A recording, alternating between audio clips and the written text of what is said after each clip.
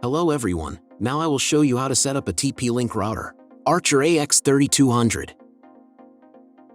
And before we start, I want to say that if my video will help you, please support my work. Every donation will help rebuild my home, which was destroyed by Russian invaders. Half of all donations I will send to animal shelters and funds which support Ukrainian war victims. All details are in the description down below. The first thing you need to do is turn on the router. Take the power adapter. Plug one end into an outlet and the other into the router.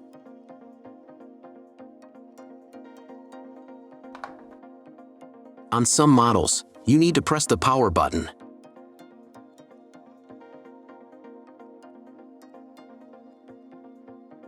When the router turns on, the indicator will light up.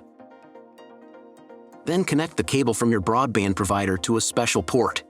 This port is usually signed as WAN or Internet, and usually it has a different color. Each cable should be inserted until it clicks. Next, insert one end of the Ethernet cable that comes with the router into one of the LAN ports.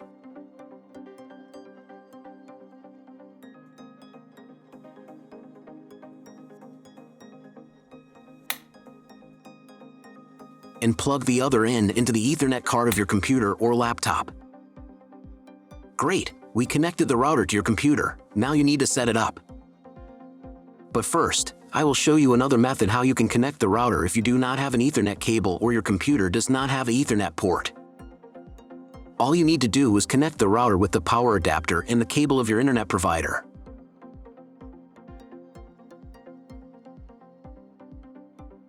When you do this, your router will immediately distribute Wi-Fi, but the internet will not be available. If the router is new and has never been configured, the Wi-Fi network will be with the name of your router.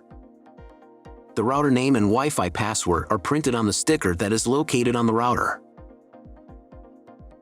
These credentials are different for each router. Connect to it. Great, you have connected to the router. Now let's proceed to its configuration. First, open your browser and go to the URL that you see on the screen. Use the address bar, not the search bar. If the link doesn't open, or you see a page with a password that you don't know, it means that your router has already been configured, and you need to reset it to factory settings. Press the special reset button on the router for 5 to 10 seconds. The indicators on the router will blink. Usually this button is inside the router case to prevent it from being accidentally pressed. In this case, press it with a thin object. The router will reboot and the settings will be reset to factory defaults. Then you can try to enter the router settings panel again. If your router settings panel looks not like mine, it means that your router has a different version of firmware. I recorded a video for each type of firmware. All links are in the description down below.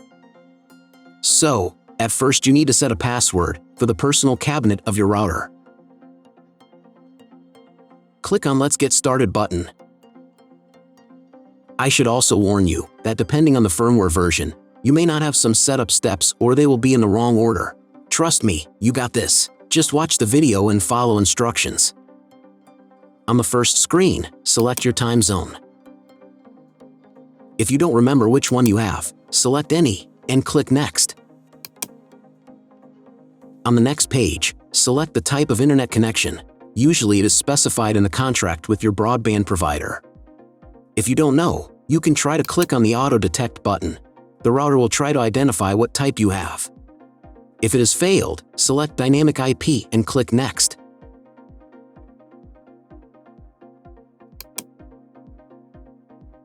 Depending on what type of connection you have chosen in the previous step, this page may differ from mine. If you have selected Dynamic IP, then choose one of the options on this page. If your ISP only allows internet access to a specific MAC address, you need to clone the MAC address of the primary computer. If you are not sure about your MAC, select Use Default MAC Address and click Next. In most of the cases, there is no need to clone the MAC address. But if you can't get the internet connection after quick setup, please run it again and clone the MAC address for a try. On next page, Set name and password of your future Wi-Fi network. You can enable the available modes of your router. There will be one or more modes available. If there are several, enable them and enter for each network the name and password of your future Wi-Fi network. Password must be at least 8 characters long. When you write the credentials, click on the Next button. On this page, you can configure TP-Link Cloud Service. Do not touch anything here, just click Skip button. On the next page, you will see all the information that you specified earlier. Just confirm the settings by pressing Next button. Wait until the router tries to connect to the internet by itself. If it's failed, check again whether you have connected all the cables correctly. Click Skip, then try to reboot your router. But if it's not failed, then check whether the internet is available. Just Google something. If there is no internet, then try to reboot your router. For this, go to Advanced. Next, select System. Select Reboot menu item and click on the Reboot button.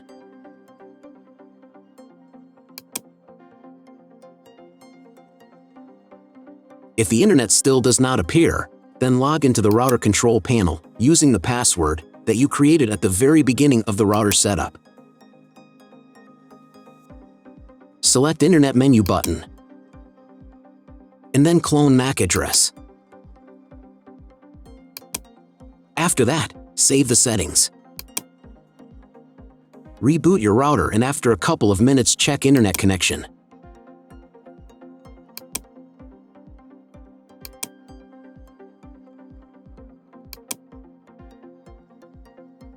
If internet still doesn't appear, contact your internet service provider. He will tell you what type of connection you have and what other settings you need to do. That's all. If my video helped you, please support my work. Every donation will help rebuild my home, which was destroyed by Russian invaders. Half of all donations I will send to animal shelters and funds which support Ukrainian war victims. All details are in the description down below.